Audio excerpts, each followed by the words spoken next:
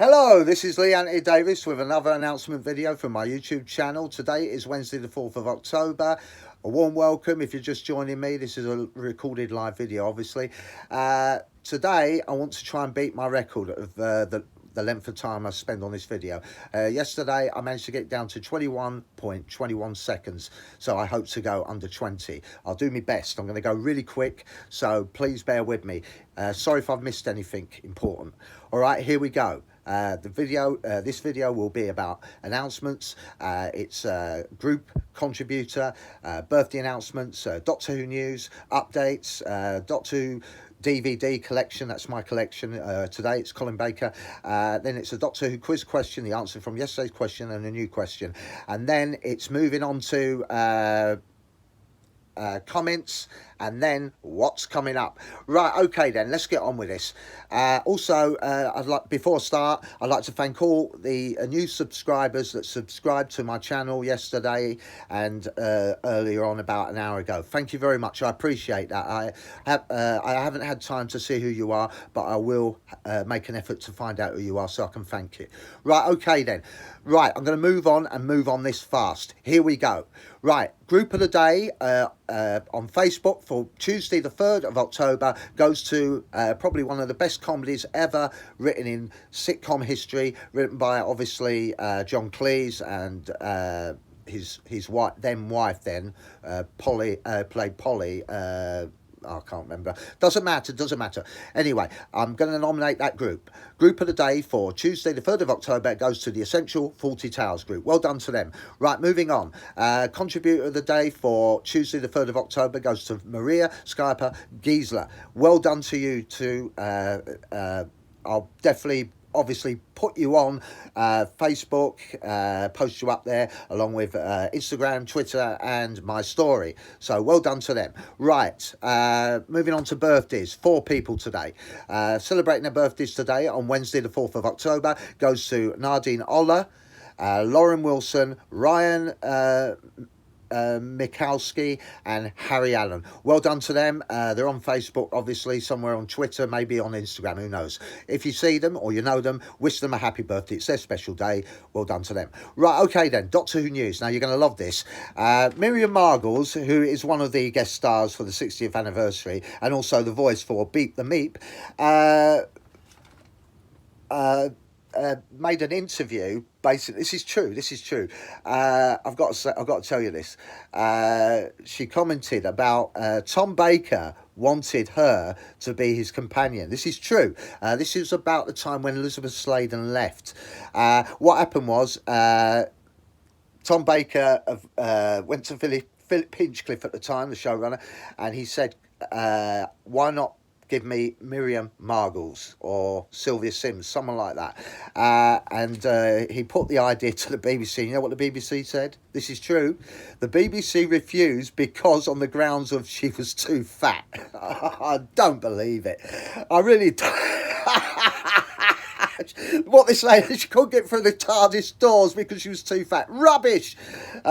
Because what they like, pretty faces. Obviously, Tom Baker wasn't bothered about pretty faces because he knew they outshined him. John Pertwee had Katie Manning, she was a pretty face. Elizabeth Sladen was a very pretty face, but she was an exception anyway, so I'm not going to even bring her up. And obviously, they went for another pretty face in Louise Jameson, who played Savage, obviously. But they wanted he wanted Miriam Margolyes. This was after The Deadly Assassin, when he was doing it on his own. Remember, he said, can I not do Doctor Who on my own? I could carry the show myself. They come to watch me. And Philip Hinchcliffe says, no, you must have an assistant. So he says, what about Miriam Margolyes? He says, you sure? He says, yes. Can you go back? So Philip went to the BBC, and the BBC came back and says, absolutely not. I just don't. I mean, that is true. That Tom Baker did it in an interview, and he said that I wanted Miriam Margolyes, and this is what they said. They said absolutely not because she's too fat. Miriam Margolyes mentioned it in an interview as well when she was doing the 60th anniversary, as they do for those Doctor Who confidential things. But she, it's typical the BBC in it. It's typical on their prejudices and what puts bums on seats. Tom Baker Baker, I can understand why he wasn't interested in having a pretty face, because a pretty face detracts from the central character, because he's carrying the show, yeah? He's carrying the show, so therefore people are watching Doctor Who because the central character. Supporting character is there because it means what it means: supporting character, supporting actress, supporting actor, whatever. They are there only to support the Doctor, because he's a central character. He's the main character. He sells the show, and if you've got a pretty face outshining the Doctor himself, it means that it detracts from the actual You're not watching Doctor Who anymore, you're watching the pretty assistant. And that's what the BBC really cared about. They only cared about that. They wanted pretty faces, you know, and all that, nice images and stuff like that. Rubbish. I think Tom Baker was right. I think Miriam Margolyes would have made a brilliant assistant, because they would have bounced off each other with, you know, Tom Baker might have made some derogatory remarks about her, whatever, and she might have made derogatory remarks about his big nose. It could have been funny. It was. Tom Baker loved that sort of humour and banter, didn't he? Anyway, but like I said, it was on the grounds of she was too fat. So that's a BBC for you. Typical BBC. You know, they're a ticky box, aren't they, really? Let's face it. You've got to tick the right boxes to get anywhere in the BBC. In the old days, it's talent that got you there. Now it's ticky boxes. You've got to be the right colour, you've got to have the right gender or whatever. I don't know. It's all rubbish. I'll tell you what, let's have a ticky box for the BBC. Blimey, they would have failed, wouldn't they? They're out.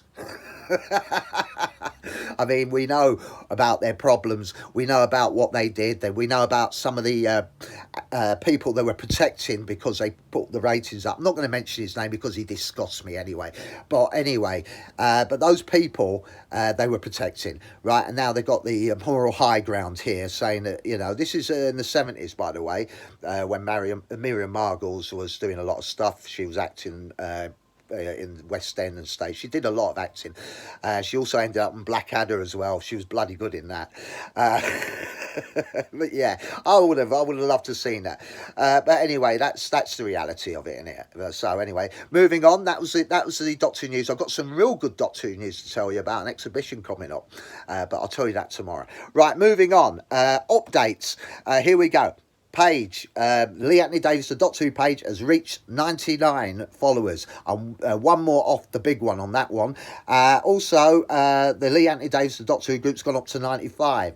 So I've got 95 members for that. These are on Facebook. If you want to join, come and see me right away. I'm there to let you in or not let you in. That may be the question. To be or not to be. Right, moving on. My Instagram account has gone up to 1, so I've got 102 followers now. Thank you very much for all of you for following me or liking me. Well, not liking the page, obviously, nobody likes me. And also, and joining my group as well. As you know, in coming up, I'll tell you about another group and page that I've got coming out very shortly. Right, moving on. It's time for Doctor Who Collection DVD time. Yesterday I showed you Peter Davison. Today it's Colin Baker. Here we go. I'll go really fast because I'm really on track today. Right, here we go. This is Colin Baker's first adventure, and as far as I'm concerned, his worst adventure. This really set the bad precedents for what Colin Baker should have been and what he became. Unfortunately, the monster was crap. So that wasn't a good start. This also followed off the case of Androzani. Bad move. Because JNT wanted everyone to know who his Doctor was. But what's the point of that in about bloody a years later, was it? Back in 85. So you're talking about a bloody year before he comes back into the Attack of the Cybermen. But this story didn't do him justice at all. This is the one where he strangles his assistant. This is the one where he wears bad clothes. You know, those ruddy Technicolor dream coat. What a bad idea that was. Eh? Colin Baker wanted to wear black leather, you know, like Christopher Eccleston. That's what he wanted. No, JNT wanted something absolutely ludicrous like him. I mean, if you ever see this guy, he wore bloody flowery shirts and bloody Hawaiian. It's almost, Peter Davison once mentioned in an interview a couple of years later when he'd finished Doctor Who, he said, I think it was JNT wanted to put himself into the programme, you know what I mean, because he was a hands-on. But it was a bad idea, and he was only a floor manager. He was a very good talker, so he got the job because he'd been there for years, making teas and coffees and moving up the ladder, as they say. But he was involved in All Creatures Great and Small. And as Tom Baker said when he got replaced by Peter Davison, I leave as a doctor and come back as a bloody vet. But anyway, this was a bad one from Colin Baker. Colin Baker could have had a better story, and I do believe that they should have left it, or, because you never do that, put it against a great story like The Case of Androzani. This one was diabolical as far as I'm concerned. This did not do Colin Baker much justice. I don't like this story at all. But The Attack of the Cybermen's a lot better. When it did come back, obviously I didn't like that line when he says, I'm the doctor, whether you like it or not. Well, we don't like it. That is where, and he also did an interview on Breakfast Time TV with Frank Boff and Selena Scott, and he also said they asked him a question. What a horrible question to ask him, because he only does a job. And they said to him, are you planning to beat Tom Baker's record? And he said, well, I hope to be in the series for a long time. And people got the wrong idea of that. He didn't mean it that way. He didn't mean it that way, you know.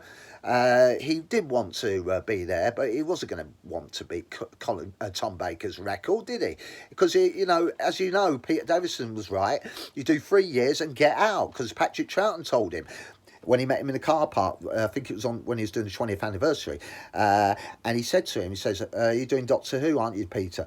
If I were you, because remember, you don't want to be like Tom Baker, end up doing it for 7 years and being typecast and finding work afterwards very hard to get. So Peter Davison realised that, and then when he did the second series he did was a bad one, wasn't it? It was terrible, the ratings fell and everything, and that's when Peter Davison realised Patrick Troughton was right. So 3 years, and it's same with the assistants they got out. Elizabeth Sladen did 3 years. Anyway, I'm not going to waffle on. I've still got time. I'm well on course to get this video done quick. Anyway, here we go. Attack of the Cybermen, very good story, very good Cybermen story. The body count was big on this one. That's a typical Eric Seward story. It's the one with the obscene scene with the Cyberman holding Lytton in the hands and crushing them, and all this red dye coming out looking like blood. But it's very good, gory. Love it, love it. Moving on to Vengeance of Varos. This is like Big Brother's watching you stuff, you know. This is how I reckon this is where the ideas came from, this actually adventure, because everything was on television. We saw Colin Baker in a cliffhanger dying, or shall I say thinking he's dying because he's dying of thirst or something, I don't know. And he did one with the hanging, but it was a fake hanging, obviously. But it's a good story, it holds up well, I like it. It's one of the better ones anyway. The Mark of the Rani introduces us to Kate O'Mara's new character, the Rani, apparently a brilliant chemist, and but she's an evil Time Lord in this one, I'm afraid. But I think that it didn't need two baddies in this one. The Master was shoehorned in on this one, obviously. I think they did it to banter off each other. But with three, it's like having three in a TARDIS and not much dialogue, is there? There's not much room, manoeuvre for the development of the character. But Kate nailed it in the next one when she did it with Sylvester McCoy. Right, okay then. It's all right as a story. It's about Robert Stevenson's The Rocket, isn't it? The inventor. And it's about the Master trying to... no, the Rani. The Rani is masquerading as this old woman who owns this bathhouse, and she says put I don't know, some blue pills or gas or whatever, and they change into these wrecking the machines and stuff. You know, these what they call Labradites or something. I don't know. Anyway. This story's all right, but I think there's too much inclusion in it, too much. I think they've added too much into it, but it's a good story. It holds up. Right, I don't know about this. I like Patrick Troughton. I think he's brilliant. Colin Baker's okay in this, but I think one too many enemies in this one. You got brilliant Jacqueline Pearce playing that creature. I think it's Salvatore changes an Algeron or whatever. Ageron. You'll probably correct me on that, but I'm not going to stand here all day chatting about it. But anyway, the gist is my view on this is it's okay, but I think the Sontarans are totally yes. And also there is some good good locations in this. I think this is one of the reasons why the budget was over. The BBC wouldn't give him any more. Nathan Turner loved going abroad, didn't he? Spain, whatever. I think he got the idea from City of Death, you know, when... I can't remember his the showrunner then, but it doesn't matter who it was. He was a sort of assistant at the time, moving up the ladder, ready to take over the show. But he was the one that smoothed things over, like an arbitrator. He was part of the team then. But he got the idea from then, and I think he wanted to do location like this. And there was plenty of them. Remember Planet of Fire as well? That was on location, wasn't it? Right, okay then. So this is a good story, I suppose. It holds up. We've got the Sontarans, the old monsters in there. But I prefer the Kevin Lindsay version myself. Right, here we go. We got the Time Lash. Now, a lot of people hate this one. They think it's, you know... Colin Baker says it's not one of the best. But I believe it's all right. I think the monster, or the Barad, or whatever he calls himself, is not that good, is he? Well, it's all right, but a man trying to change himself into a bleeding brontosaurus, I don't know. It's all right, but the special effects are terrible, aren't they? You can tell it's a climbing frame, you know, with those crystals there. It's not, you know, but the acting, the guy that plays Avon in Blake 7, what's his name? I know his name. It doesn't matter. It doesn't come to me when it needs to. But anyway, I know who he is. Paul Darrow. See, I did know him.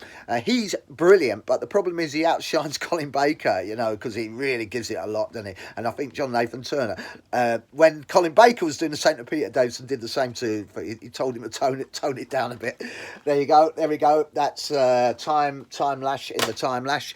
Another one, Revelation. The Daleks are going to go really quickly. This is a good one. This is about Davros turning humans into Daleks.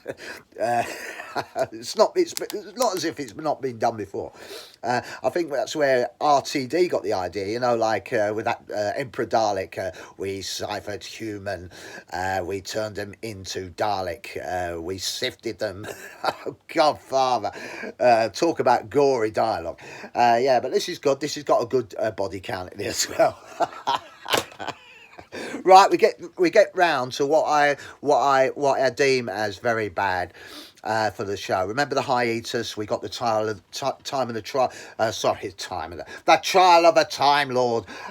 This is because they had trouble with what happened, so they got Doctor Who back on air, and they had to make some stories. And then Eric Seward at the time thought it was a good idea, but when he looks back on it, he said it was a bad idea. A trial on itself, you know, like putting itself on trial, and this is what this was about: the trial of a Time Lord. Sadly, Colin Baker was found guilty, and he was taken down, wasn't he? Very badly. He was given a life sentence. Thank you, BBC, for doing Colin Baker no justice whatsoever.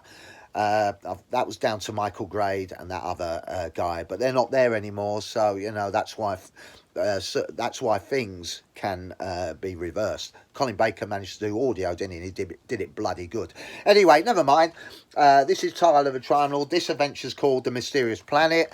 I'm not going to go into detail because I'm running out of time. I've got to get that time done. I'm nearly there. This is the second one. I like this one's with Brian Blessed. You know, this shouty, yes! You know, and he picks up Perry, doesn't he? Like that, with as he's doing his monologue bit, you know, it's quite good. I like Brian Blessed. Z-Cars, I think he was in Z-Cars. He's done loads of stuff, but you can't mistake Brian Blessed. He's got that unique voice in it. It's booming. Right, okay, that's the Seal, Return of Seal in this one. That one's called, sorry, I didn't tell you what it was called. It's called Mind Warp. Here we go. This one is my favourite out of the three, actually, funny enough. Terror of the Vervoids, a great story. There was a little bit. He had Honor Blackman in, brilliant. You know, quite a few other actors as well. But that was why I enjoyed it. There you go. last one, and that's sadly it was the end of Colin Baker. This is Trial of a Time Lord. This was the part 2 with we find out that the Valiard is the Dark Doctor from his last regenerations, and the Master's playing a backseat as usual. Right, I'm going to move on. I've got this one was called The Ultimate Foe. Right, okay then. Tomorrow it's the turn of Sylvester McCoy. Right, moving on quickly. Doctor Who quiz question. Remember, what was Peter Davison's real name? Because Peter Davidson was his stage name. It was Peter Moffat, the answer. The reason being is because there was a Peter Moffat who directed, and unfortunately he wanted to change his name, so he changed it to Davison. But the clue was in his daughter's name, because she kept it as Georgia Moffat. There you go. Right, okay, moving on. Here's another quickly question. What was the name of the 2 actors that's screen tested for the role of the Doctor, the 7th Doctor? All right, what was the name of the 2 actors that screen tested for the 7th Doctor as well as Sylvester McCoy? That's the question. Right, comments. Right, moving on quick. I'll do this really quick because I'm running out of time. I've got enough time to do it if I hurry up. Right, here we go. Right, not going there, I'm going there. I'm just going to read the comments quickly. Right, here we go.